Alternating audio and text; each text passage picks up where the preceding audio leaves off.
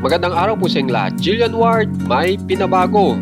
Mambako sa Pacquiao, tinignan ngayon. Alam po natin lahat yan dito sa ating video. So ngayon po ay meron pong napakagandang update si Jillian Ward. At meron po siyang pinabago sa kanyang sarili. At ito po kung saan ay talagang lalong gumanda si Jillian Ward sa kanyang pinabago. At ito po yon. Siya po ay nagpahaba ng buhok. Kitang-kita nyo po, ito po yung pinakabagong update niya. At kitang-kita nyo ang naging resulta ng kanyang pagpapahaba ng buhok kung saan ay talagang bagay na bagay kay Jillian Ward ngayon. Samantalang pagdating naman po kay Mambako sa Pacquiao ay meron pong bagong update si Mambako sa Pacquiao. At ito po, panoorin po muna natin kung saan ay tiningnan niya po yung magazine kung saan ay nandun siya.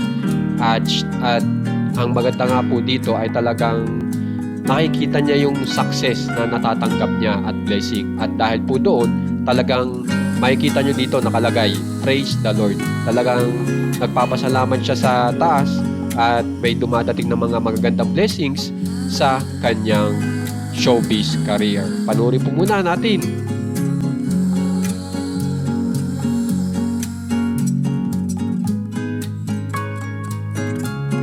So yan, pagkatapos magbuklat ng magazine yan, nakasama niya yung mga kasamahan niya, tapos mapapansin nyo nawala yung bigote ni Mambako sa Pacquiao.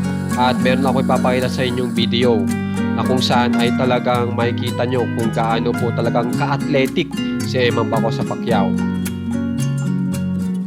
So ito po yung mga ini-upload ni Mambako sa Pacquiao ngayon na videos.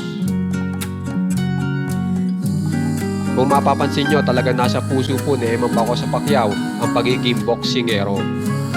At ngayon naman po ay ito po, tingnan po natin kung saan ay ito po yung sa iba pang social media na naglalabasan na si Mambako sa Pacquiao po ay nag-training.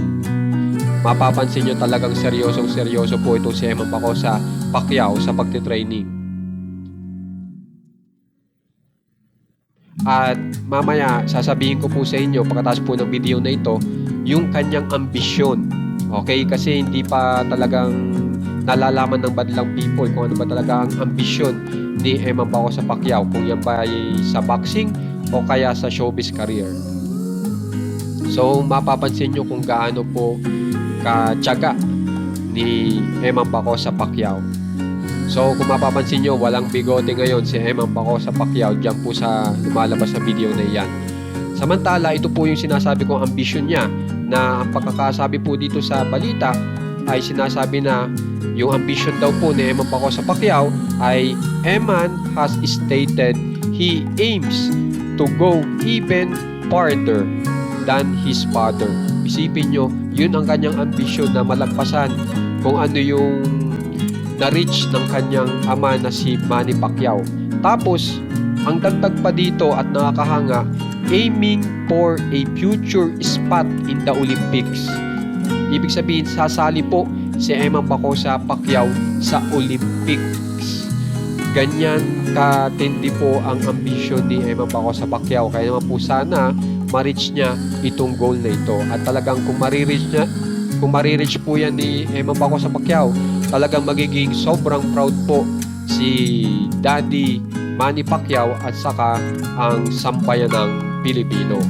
Kaya naman guys, kung gusto nyo po ma-update sa nangyayari po dito po kina Jillian Ward at Mambako sa Pacquiao, subscribe na po kayo sa ating channel na Juan Katawa.